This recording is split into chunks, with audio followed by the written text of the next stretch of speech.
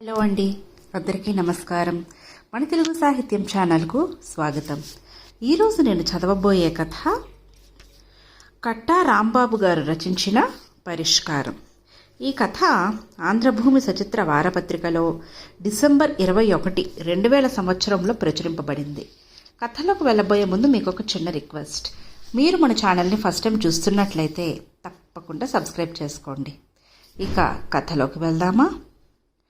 అర్ధరాత్రి దాటాక ఆ స్థితిలో వచ్చిన కొడుకుని చూసిన అన్నపూర్ణమ్మకు దుఃఖం ఆగింది కాదు. ఈరోజు కూడా తాగొచ్చాడు అజయ్. గత 10 రోజులుగా ఇదే వరుస.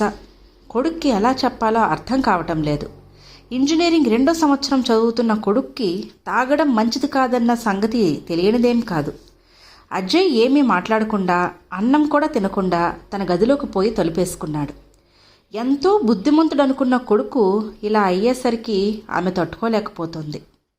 వీధి తలుపేసి తన గదిలోకి వచ్చింది. భర్త రఘురాం ఇంకా నిద్రపోవటం లేదు. అజయ్ వచ్చాడా అని అడిగాడు. అంది ముభావంగా. ఈరోజు కూడా తాగొచ్చాడు కదూ? అవునండి అంటూ భర్త గుండెల మీద పడి భోరున ఏడ్చింది. ఊరుకో పూర్ణ, ఇంతకు ముందు లేని అలవాటు ఇప్పుడొచ్చిందంటే స్నేహితుల బలవంతమై ఉంటుంది. అలా అని మనం చూస్తూ కూర్చుంటే వాడు పక్కా తాగుబోతైనా ఆశ్చర్యపోనక్కర్లేదు. దీనికి ఏదో పరిష్కారం ఆలోచించాలి. నువ్వేం చెప్పక వాడికి, నేను కూడా ఏమీ చెప్పను. మనం చెబితే వాడు ఇంకా రెచ్చిపోతాడు. నువ్వింక పడుకో అని భార్యతో అన్నాడే కానీ అతను నిద్రపోలేకపోయాడు. అన్నపూర్ణమ్మ సరే సరే. రఘురాం ఆలోచనలో పడ్డాడు. ఏం చెయ్యాలి, ఎలా చెయ్యాలి, ఏం చేస్తే వాడి అలవాటు నుంచి బయటపడతాడు? తెల్లవార్లు ఆలోచిస్తూనే ఉండిపోయాడు. రఘురాం ఓ ఆఫీసులో సెక్షన్ ఆఫీసర్గా పనిచేస్తున్నాడు. ఒక్కడే కొడుకు. అతన్ని గారాబంగానే పెంచాడు. అజయ్ని పెద్ద ఇంజనీర్ని చెయ్యాలని అనుకున్నారు ఆ దంపతులు. కానీ ఎప్పటినుంచే తాగుడు అలవాటు చేసుకున్నాడంటే వాడెలా తయారవుతాడో తలుచుకుంటూ ఉంటేనే భయమేస్తోంది. ఎలాగైనా వాడి అలవాటును మానిపించాలి. వాడి మనస్సు బాధ పెట్టకుండా సున్నితంగా ఈ సమస్యను పరిష్కరించాలి. ఈ వయస్సులో కుర్రాళ్ల మనసులు చంచలంగా ఉంటాయి. ఒక్కోసారి మనం చేసే ప్రయత్నాలు బెడిసి కొడతాయి. అలాంటప్పుడు చాలా బాధపడాల్సి వస్తుంది. ఇలాంటివి చాలా సెన్సిటివ్ థింగ్స్. చేసే ప్రయత్నాలు సరిగ్గా ఉన్నప్పుడు మాత్రమే ఆశించిన ఫలితాలు చేకూరుతాయి. దీనికి ఎలాంటి పరిష్కారం కనుగొనాలా అని తీవ్రంగా ఆలోచించాడు. రోజు సాయంకాలం అప్పుడు రఘురాం ఫ్రెండ్స్తో కాలక్షేపం చేస్తాడు. కానీ అజయ్ ఇలా ప్రవర్తిస్తున్నప్పటి నుంచి అతను వారితో సరిగ్గా గడపలేకపోతున్నాడు. ఏదో పోగొట్టుకున్న వాడిలా ఉంటున్నాడు. వాళ్ళు కారణం అడిగినా చెప్పలేకపోతున్నాడు. ఏం చెప్పాలి, ఎలా చెప్పాలి? ఓ ఆదివారం ఉదయం 10 గంటలప్పుడు అజయ్ బయటికి వెళ్ళబోతుంటే రఘురాం కొడుకుని పిలిచాడు. అజయ్, ఓసారి మా ఫ్రెండ్స్ ఇళ్ళకి పోయొద్దాంరా. వాళ్ళూరికి గొడవ పెడుతున్నారు. నిన్ను చూసి చాలా కాలం అయ్యిందని. సరదాగా అలా వెళ్ళొద్దాంరా. అజయ్ ఏమనుకున్నాడో ఏమో సరే అన్నాడు. ఇద్దరు స్కూటర్ మీద బయలుదేరారు. దారిలో ఏవో చిన్న చిన్న విషయాలు మాట్లాడుకున్నారు. స్కూటర్ ఓ ఇంటి ముందు ఆగింది. అది సత్యం ఇల్లు. అతను రఘురామ పనిచేసే ఆఫీసులోనే వేరే సెక్షన్లో సూపరింటెండెంట్గా పనిచేస్తున్నాడు. గుమ్మం దగ్గరకు పోయి తలుపు కొట్టబోయేసరికి లోపలి నుంచి గట్టిగా అరుపులు, పెద్ద పెద్ద శబ్దాలు వినిపిస్తున్నాయి. ఇద్దరూ నిశ్శబ్దంగా అక్కడే ఆగిపోయారు. చావవే చావు, నీ బాబుగాడి సొమ్మేదో నాకు ఇస్తున్నట్లు బాధపడతావే? నేను సంపాదించుకుంటున్నాను కాబట్టి నా ఇష్టం వచ్చినట్లు తాగుతాను. నువ్వెవరివే చెప్పడానికి అంటూ సత్యం గట్టిగా భార్యను కొడుతున్న శబ్దం వినిపించింది. చంపండి. రోజు తాగొచ్చి నానా హింసలు పెట్టే బదులు ఒక్కసారిగా నన్ను పీక పిసికి చంపేయండి. సంపాదించిందంతా మీ తాగుడికే సరిపోతుంది. పగలు రాత్రి లేదు, ఏకంగా తాగడమే మీ పని.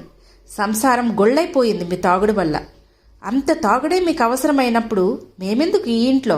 నేను పిల్లలు మా పుట్టింటికి పోతాం అంటూ సత్యం భార్య ఏడుస్తూ అరుస్తోంది. పొండే, పేడ పోతుంది. మీరంతా పోతే హాయిగా తాగుతూ గడుపుతాను. మీ గోళ్లతో తాగేనన్న ఆనందం కూడా ఉండటం లేదు. తక్షణమే పొండి అంటూ గట్టిగా అరుస్తున్నాడు సత్యం. రఘురాం కొడుకు వంక చూశాడు. అజయ్ తల తిప్పుకున్నాడు. పద, అనవసరంగా వచ్చాం. వీడింత తాగుబోతని నేను అనుకోలేదు. తాగి పెళ్ళాన్ని నానా హింసలు పెడుతున్నాడు వేధవ అంటూ అక్కడి నుంచి నడిచాడు. అజయ్ అతన్ని అనుసరించాడు. రఘురామ్ స్కూటర్ స్టార్ట్ చేశాడు.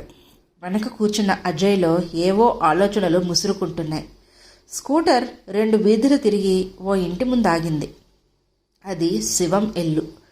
అతను ఓ ప్రైవేట్ కంపెనీలో మంచి ఉద్యోగమే చేస్తున్నాడు. రఘురామ్కి మంచి ఫ్రెండ్. ఇంటి తలుపులు తీసే ఉన్నాయి. ఇద్దరూ లోపలికి నడిచారు. శివం భార్య వాళ్ళని చూసి, రండన్నయ్య, రాబాబు, కూర్చోండి అంటూ ఆహ్వానించింది. ఆమెను చూసి ఆశ్చర్యపోయాడు అజయ్. ఎలా ఉండే ఆమె ఎలా అయిపోయింది? చిరిగి మాసి ఉన్న చీర, జాకెట్టులేసుకుంది. ఇంట్లో సామాన్లు కూడా అంతంత మాత్రంగా ఉన్నాయి. శివం మంచి ఉద్యోగమే చేస్తున్నాడుగా, మరి ఈవిడిలా ఉందేంటి? శివం లేడా అమ్మా అడిగాడు రఘురామ్. అలా అడిగేసరికి ఆమె కళ్ళల్లో నీళ్లు నింపుకుంది. దుఃఖాన్ని ఆపుకోవాలనుకుంది, కానీ ఆమె వల్ల కాలేదు. పవిటి చెంగు ముఖానికి కప్పుకొని వెక్కి వెక్కి ఏడ్చింది. కంగారు పడ్డాడు రఘురామ్. ఏమైందమ్మా, శివం ఏడి? ఆవిడ కాసేపు మాట్లాడలేదు. దుఃఖాన్ని దిగమింగుకొని, ఏం చెప్పమంటున్నారన్నయ్య, ఆయన తాగుడు రోజురోజుకి ఎక్కువైపోతుంది. ఈ మాయదారి అలవాటు ఎలా వచ్చిందో కానీ ఇంటి పొట్టున అస్సలు ఉండటం లేదు. రోజులో ఎక్కువ భాగం క్లబ్లోనే గడుపుతున్నారు. రాత్రి అనగా పోయారు, ఇప్పటికి రాలేదు. జీతం సరిపోక అప్పులు పెరిగాయి. ఇంట్లోకి కావలసినవేమీ తేరు. చెప్పుకుంటే సిగ్గుచిట్టు. మీకిప్పుడు కాఫీ ఇవ్వాలన్నా కూడా ఇవ్వలేని పరిస్థితి అంటూ గుడ్లలో నీళ్లు కమ్ముకుంది. చచ్చా, వీడిలాంటి వాడు అనుకోలేదమ్మా.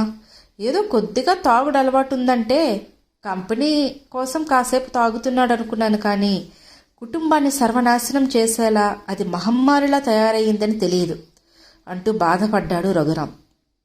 అజయ్ మనస్సు అయితే మరీ వెకిలమైపోయింది. ఆమె స్థితిని, అక్కడ పరిస్థితిని చూసి అతను భరించలేకపోయాడు. వస్తానమ్మా, బాధపడకు, వాడే మారుతాడులే, నేను గట్టిగా చెబుతాను అంటూ కొడుకుతో అక్కడి నుంచి బయలుదేరాడు. ఈరోజేం బాగుండలేదురా అజయ్. ఏదో సరదాగా ఫ్రెండ్స్తో గడుపుదామని నిన్ను తీసుకొస్తే ఆ వెధవలిద్దరూ ఎలా తయారయ్యారో చూడు. పద, మా సుందరం గారింటికైనా వెళ్దాం, వాడికి ఇలాంటి తాగుడు అలవాటు లేదులే అంటూ అక్కడ నుంచి సుందరం ఇంటికి వెళ్ళాడు. సుందరం ఆ ఊళ్ళో ఓ పెద్ద కాంట్రాక్టర్. బాగానే సంపాదించాడు. అతనికి 2 పిల్లలు. ఇద్దరూ చదువుకుంటున్నారు. తండ్రి కొడుకులిద్దరూ అక్కడికి వెళ్ళేసరికి సుందరం దంపతులు దిగులుగా కూర్చున్నారు. ఏమైందిరా సుందరం, అలా ఉన్నారేంటి అడిగాడు రఘురామ్. ఏం చెప్పమంటావురా, మా పెద్దోడిని పోలీసులు అరెస్ట్ చేశారంట. ఇప్పుడే ఫోన్ వచ్చింది. ఏం చెయ్యాలో తోచటం లేదు. ఇంతలో నువ్వు వచ్చావు అంటూ కళ్ళనీళ్లు పెట్టుకున్నాడు సుందరం. అతని భార్య కూడా దుఃఖాన్ని దిగమింగుకుంటోంది. ఏం జరిగింది అడిగాడు. బారులో బాగా తాగి ఎవడినో తన్నాడంట. వాడు పోలీసులకు రిపోర్ట్ ఇస్తే వాళ్ళొచ్చి వీడిని తీసుకుపోయారు అన్నాడు బాధగా. అవును, మీ వాడేం చదువుతున్నాడు? ఏం చదువు? అదో పెద్ద చదువా? BA ఫైనల్కి వచ్చాడు. అది పూర్తయితే వాడిని కూడా కాంట్రాక్టుల్లోనే పడేద్దాం అనుకున్నాను. చిన్నాడు ఇంకా ఇంటర్లోనే ఉన్నాడు. వీడికి అలవాటు ఉన్నట్టుంది. పిల్లలు ఇలా తయారైతే తల్లిదండ్రులుగా మనం ఎంత బాధపడతామో వాళ్ళు ఆలోచించరు. ఎంత సంపాదిస్తే మాత్రం ఏం లాభం చెప్పు. ఏదో సరదాకి తాగుతున్నారులే వాళ్ళేమనుకుంటారని చూస్తూ చూడకుండా ఉంటే అది ఇప్పుడు నా కొంప ముంచింది. వాడిని పోలీసులు అరెస్ట్ చేశారంటే నాకెంత చెడ్డ పేరో చూడు. కష్టపడి సంపాదించుకున్న మంచి పేరంతా తాగుబోతులైన కొడుకు వల్ల నాశనమైపోయింది. ఆ వెధవ తాగుడు ఎన్నో కుటుంబాలను నాశనం చేయటమే కాకుండా ఎంతమందిని మానసిక క్షోభకు గురి చేస్తుందో తాగేవాళ్ళు ఎందుకు గ్రహించాలో అర్థం కావటం లేదు. ఈ విషయంలో నువ్వు చాలా అదృష్టవంతుడు అనుకుంటున్నాను. రత్నం లాంటి కొడుకును కన్నావు అన్నాడు సుందరం. ఉలిక్కి పడ్డాడు అజయ్. తల వంచుకున్నాడు ఎటూ చూడలేక. నువ్వేం బాధపడకురా, ఎస్ఐ నాకు తెలిసినవాడే. నేను చెప్పి కేసు లేకుండా చేస్తాలే. మా అజయ్ని ఇంటి వద్ద దింపి స్టేషన్కి వెళ్తాను. వాడింటికొచ్చిన తర్వాత ఏమీ అనకు, నెమ్మదిగా చెబితే వాడే మానుకుంటాడులే అని చెప్పి అక్కడి నుంచి కొడుకుని తీసుకుని బయటకొచ్చాడు రఘురామ్. ఈరోజు నీ మూడ్ పాడు చేశానురా నాన్న.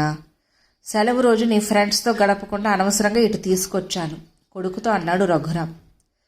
అదేం లేదు నాన్నగారు అని అన్నాడు. కానీ అజయ్ మనస్సులో ఏవేవో ఆలోచనలు.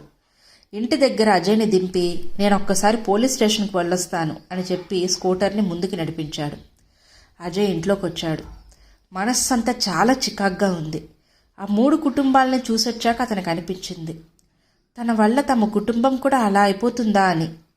ఆ రోజు సాయంత్రం తల్లి తండ్రి హాల్లో కూర్చుని టీ తాగుతూ ఉంటే అక్కడికొచ్చాడు అజయ్. రారా కన్నా అని పిలిచింది అన్నపూర్ణమ్మ. తల్లి పక్కన కూర్చున్నాడు అజయ్. వాడికి డబ్బులేమన్నా కావాలేమో చూడు, బయటికి వెళ్తున్నట్టున్నాడు అన్నాడు రఘురాం.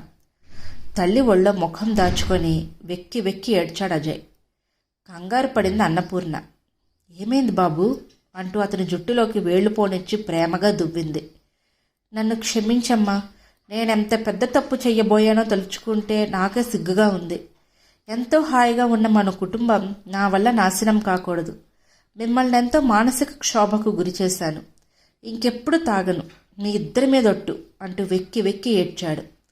అన్నపూర్ణ ప్రేమగా కొడుకుని నిమిరి భర్త వంక చూసింది నవ్వుతూ. రఘురాం కూడా చిరునవ్వు నవ్వాడు. అక్కడ డైనింగ్ టేబుల్ చుట్టూ అంతా భోజనాలకి కూర్చున్నారు. మీ అందరికీ ఎలా కృతజ్ఞతలు చెప్పుకోవాలో తెలియటం లేదు. మీరు చేసిన మేలు నేనప్పటికీ మర్చిపోలేను. పతనం వైపు పయనించబోయిన నా కొడుకును సరైన మార్గంలో పెట్టడానికి మీరంతా మీ వంతు కృషి చేశారు. చాలా థ్యాంక్స్ అన్నాడు రఘురాం కృతజ్ఞత నిండిన స్వరంతో. మాదే ఉందిరా, స్నేహితుడికి ఆ మాత్రం చేయలేమా? మీ వాడు అలా తయారవుతూ ఉంటే వాణ్ణి మార్చాలనే నీ ప్రయత్నంలో మేము తలో చెయ్యి వేశాం అంతేగా అన్నాడు సత్యం. అదేం చిన్న విషయం కాదుగా. మా వాడి దృష్టిలో మీరు మీ పిల్లలు తాగుబోతులుగా ముద్ర వేసుకున్నారు. అదే నాకు చాలా బాధగా ఉందిరా. పోనీలేబోయ్, మేమెలాగో నిజ జీవితంలో తాగడం లేదు కదా, కనీసం ఎలాగైనా తాగుబోతు వేషాలేశామనుకుంటాం అన్నాడు శివం నవ్వుతూ. నువ్వు నీ కొడుకు సమస్యను డీల్ చేసిన విధానం బాగుందిరా. వాడు చేసిన తప్పును తెలుసుకొని తనంత తాను మారడానికి నువ్వెన్నుకున్న పరిష్కారం మాకు నచ్చింది. చాలామంది తల్లిదండ్రులు తమ పిల్లలు తప్పులు చేస్తుంటే బెంబేలు పడిపోయి వాళ్ళని మందలించే విషయంలో గందరగోళ పరిస్థితులు సృష్టించి వాళ్ళు ఇంకా పెద్ద పెద్ద తప్పులు చేయటానికి కారకులవుతారు. కానీ సమస్యను సున్నితంగా పరిష్కరించడానికి పూనుకోరు. ఇలాంటి పరిష్కారాలు యువతను పెడత్రోవ నుంచి బయటపడేస్తాయి. ఇది చాలామంది తెలుసుకోరు. మీ వాడు మారాడు, మాకంతే చాలు. ఇందులో నువ్వు ఊరికే మాకు కృతజ్ఞతలు చెప్పుకోనక్కర్లేదు. మేము నీకు ప్రాణ స్నేహితులం. స్నేహం కోసం మేమేదైనా చేస్తాం అన్నాడు సుందరం. మీరు సరేరా, మీ భార్యలను కూడా ఇందులో భాగస్వాములను చేశారు అంటూ వారి వంక తిరిగి, మీరు నా సొంత తోబుట్టువుల కంటే ఎక్కువ బాధపడి నా సమస్యకు పరిష్కారం చూపారమ్మా. మా కుటుంబం మీకెప్పుడు రుణపడి ఉంటుంది అన్నాడు రఘురాం. భలే వారన్నయ్యా, రేపు మా పిల్లలు తప్పు చేస్తూ ఉంటే మీరు ఊరుకుంటారా చెప్పండి? మనలో మనకి కృతజ్ఞతలేమిటి అంటూ సత్యం భార్య అన్నపూర్ణతో, ఏమమ్మోయ్ వదినమ్మా, మేము కబుర్లు చెప్పుకుంటూ ఉంటే చూడటమేనా, లేక మాకేమైనా వడ్డించేది ఉందా లేదా అనడంతో అంతా ఫక్కుమని నవ్వారు. ఇదండి కథ. ఈ కథ కనుక మీకు నచ్చినట్లయితే లైక్ చేయండి, షేర్ చేయండి. అలాగే మరిన్ని ఇంట్రెస్టింగ్ కథల కోసం మన ఛానల్ను తప్పకుండా సబ్స్క్రైబ్ చేసుకోండి. Thank you.